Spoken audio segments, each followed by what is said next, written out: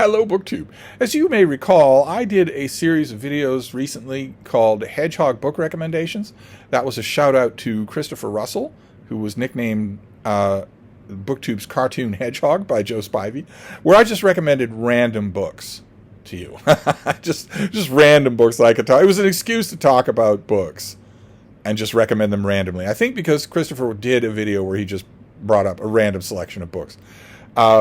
And I have stopped making Hedgehog book recommendations largely because it felt a little awkward. Because Christopher himself was driven off the platform by a mob of torches and pitchforks, and some really mean comments on a video of his that was not mean. Now I am working on him. I hope to get him back on BookTube. But in the meantime, I thought I might as well revive the Hedgehog book recommendations. They're fun to do. I love any opportunity to talk about books with you. And that's what partially inspired this video. I have some recommendations for you. But there was another inspiration for this video, which was the infamous Shelly Swearingen, who recently did a video about massive books in her collection that she really likes. So I thought I would combine the two into the attack of the massive hedgehogs. And for the books that I chose, all of which I can enthusiastically recommend, I chose not only mammoths in the sense of the word that is commonly understood on BookTube, which is a book that is 800 pages or more. Of course, that will vary depending on the edition that you get, but a book that's well and truly north of 500 pages is, I think, the whole point of a mammoth. But for my attack of the mammoth hedgehogs, I chose pretty much always books that are well north of 1,000 pages. So these are a major undertaking, even for me. I love books of this length if they're done well. Just love it. Books of an enormous length, books of 800 to 1,000 pages or more, they create their own gravimetric field.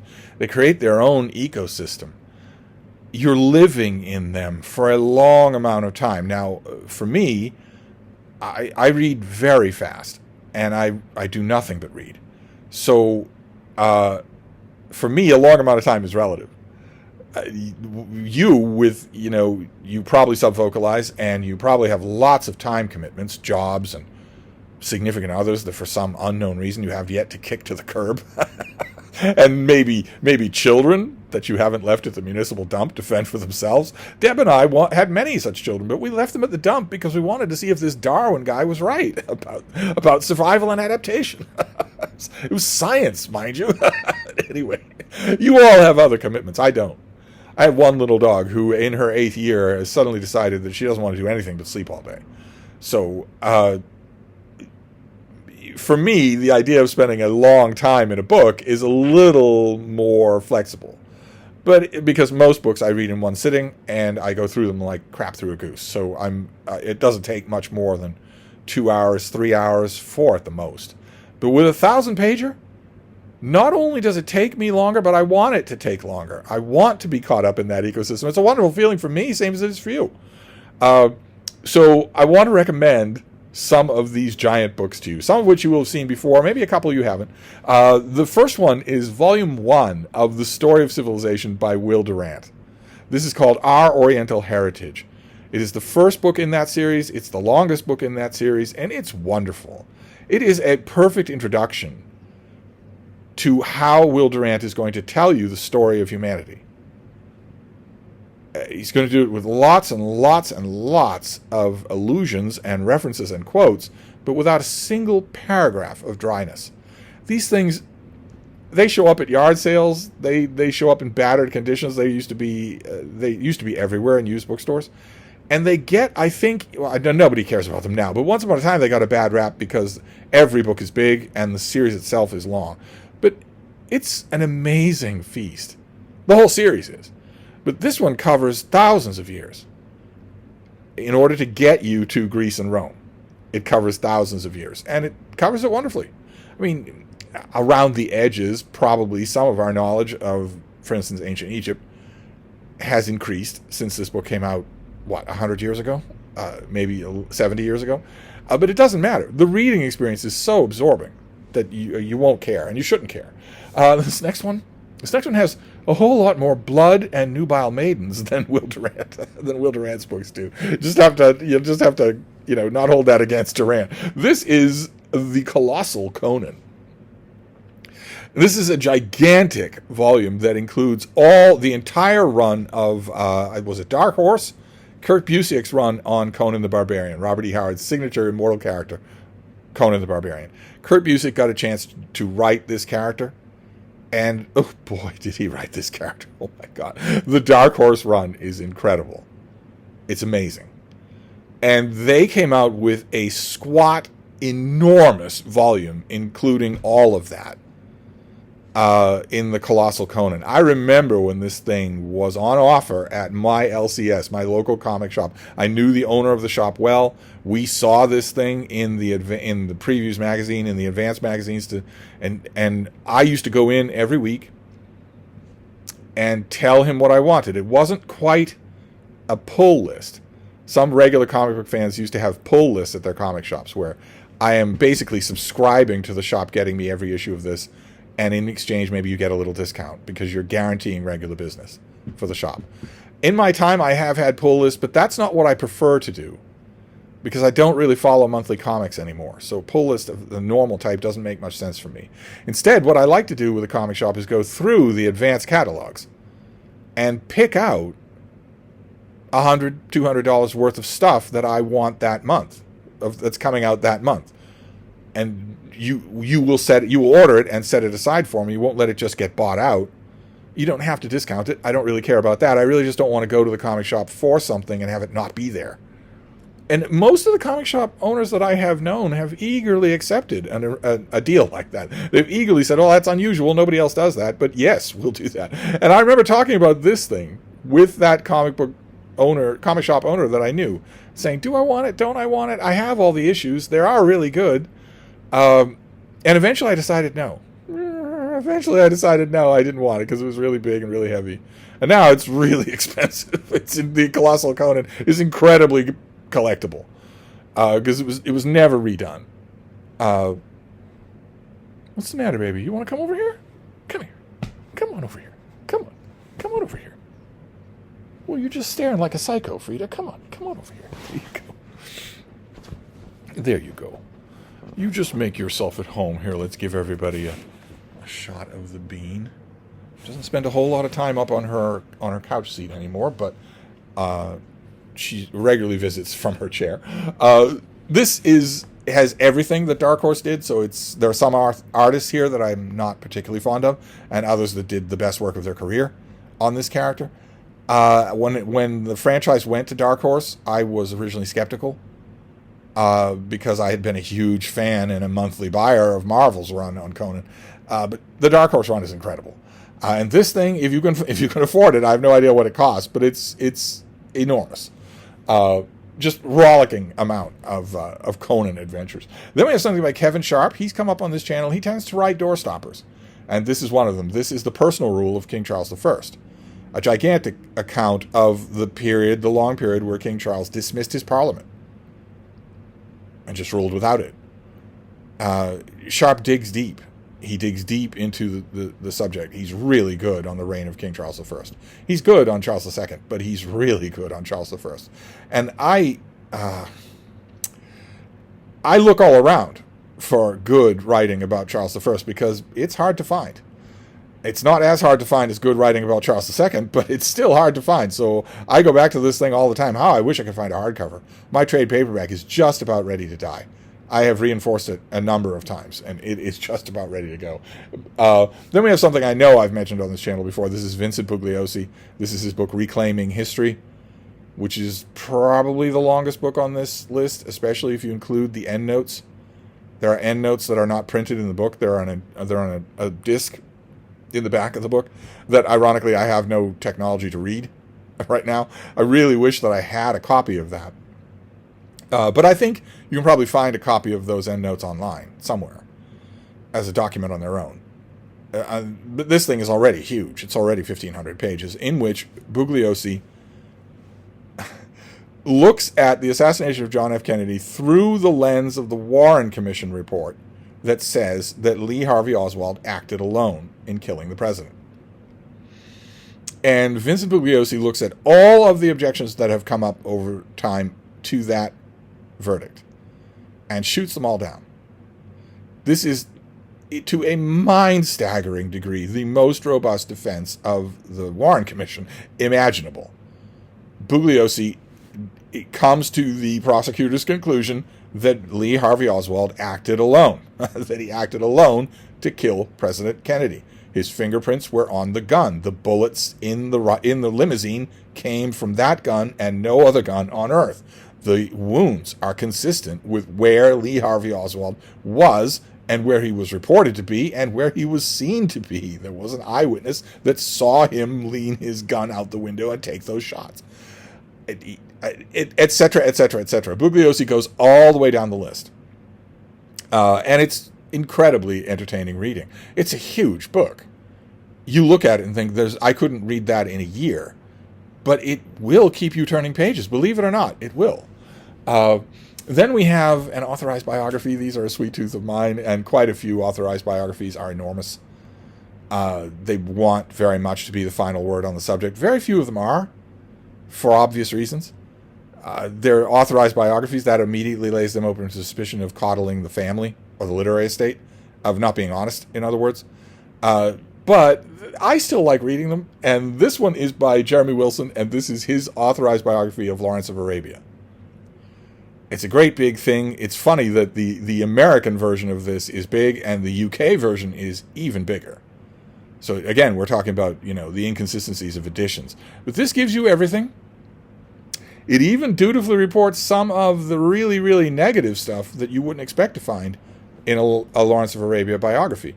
Jeremy Wilson doesn't believe any of that stuff, but he still reports it. He reports that other people believe it. And Lawrence's life is incredible. So this does make for good reading. It has the defect of most authorized biographies in that it includes every spoon, every meal, every walk, every letter, every footnote. All of it is in here when it shouldn't be. But Jeremy Wilson is still a really engaging writer, so it kind of sort of works. Then we have N.T. Wright, and writing with Michael Bird. This is an enormous thing called The New Testament in Its World, in which N.T. Wright maps his version of the claims, the fact claims of the New Testament onto first century history. First century Roman history, first century Palestine, first century Mediterranean and Northern Africa. It's a big, beautiful book. It's full of illustrations. It's full of timelines and offset boxes with information and whatnot. And it's full of Tom Wright's prose, which is wonderful. So, if you are a believing Christian and you want to set your religion in its setting, to give it the ultimate act of putting it in its setting, this will do that. This is one of the most elaborate attempts to do that. The only reason I'm dragging my feet in describing this, it is very enjoyable. I have gone back to my copy a couple of times. The only reason I'm dragging my feet in describing it is because it is based on a myth. It's based on fiction. As many, many people have pointed out in many, many different contexts, King Kong climbs the Empire State Building at the end of the movie. That doesn't mean that King Kong existed. The Empire State Building exists, and existed back then. But that doesn't mean that King Kong exists. I don't know. That seems like a very simple claim. It's actually 500 pounds of dynamite sitting underneath this book. The writers of the New Testament, the writers of the Christian writings, were of course setting their stories in the world around them. Of course they were. That doesn't mean that any of those stories or any of their claims are true. But good luck. I mean, you shouldn't, not even good luck, you shouldn't go into this book whistling that tune. Go into this for what it is. It paints a world. It paints an entire world. A world in which Christianity not only happened, but where Christianity was true, with a capital T. It paints a picture of that world in all of its settings, the roads, the money, the commerce, everything. So, then we have a gigantic book. This is gigantic by accident. This is a collection of the collected essays of V.S. Pritchett. Still a big thing, still north of 1,000 pages, but it wasn't meant to be that way. It's just the collection of a lifetime of V.S. Pritchett doing book essays. book reviews, book prefaces, and epilogues and whatnot, considerations of various authors. That's all this is. It's not, when you see essay, none of this is Pritchett reflecting on his boyhood, or the nature of ice cream, or how pretty a sunset is. There's nothing like going to the lake again or anything like that. It's just about books, and it's wonderful, just wonderful. I've mentioned this before. It's cheerleading reading. It's discerning, but it wants you to go and search for all of these books that it writes about, and you will. You won't not search for all of them, but you will. He's incredible at making some book that he has read and knows really well seem inviting. Then we have something a lot more scandalous. This is Frank Harris, My Life and Loves. You want here as unabridged a version as you can get of a known libertine and inveterate, whoppingly great liar, writing all about his life and times in straight-laced Victorian England.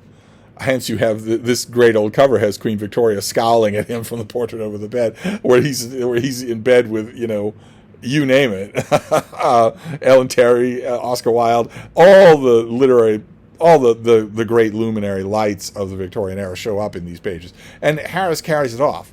This is actually the gigantic volume that you can get of this is many volumes, 5, I think, little volumes. But it works as one book, and I think that in the back of his mind, he was thinking of it as one book the whole time he was writing it.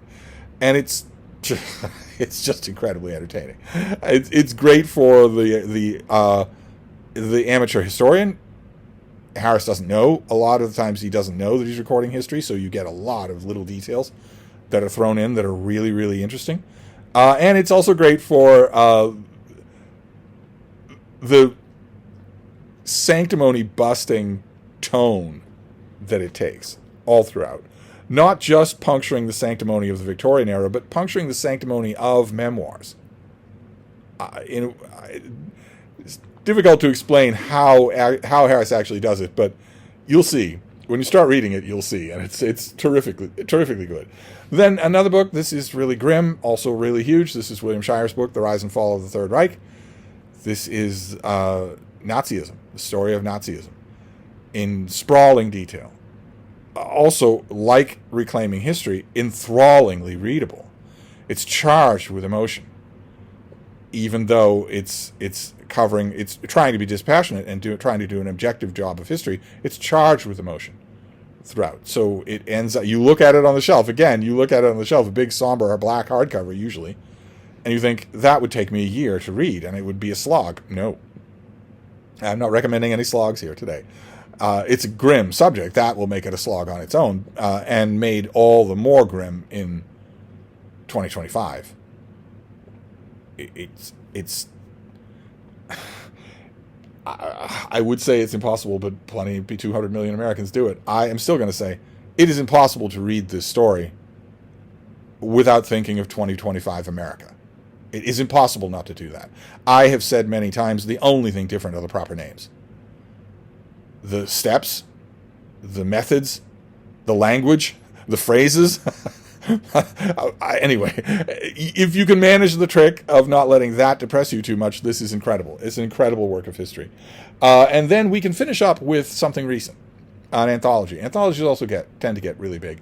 This came out this year. This is Deborah Treisman editing a century of fiction in The New Yorker. The New Yorker in 2025 famously turns 100 years old. And this is a century of short stories that quickly became a signature of The New Yorker. There were several signatures of The New Yorker. The cartoons, I think, they are my favorite signature, and they're not getting a volume of their own, as far as I can tell, for the 100th birthday of the magazine. As far as I know, they're not getting a volume. But Eustace Tilley, the old-style Edwardian New York fop on the front cover, he is a signature of The New Yorker. And also The New Yorker short story. For decades and decades, there were raging debates in Greenwich Village and in Village Voice about what is a New Yorker story.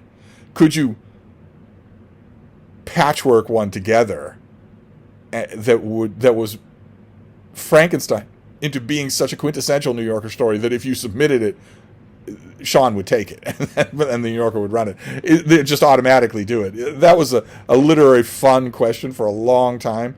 That's long since over now, but still,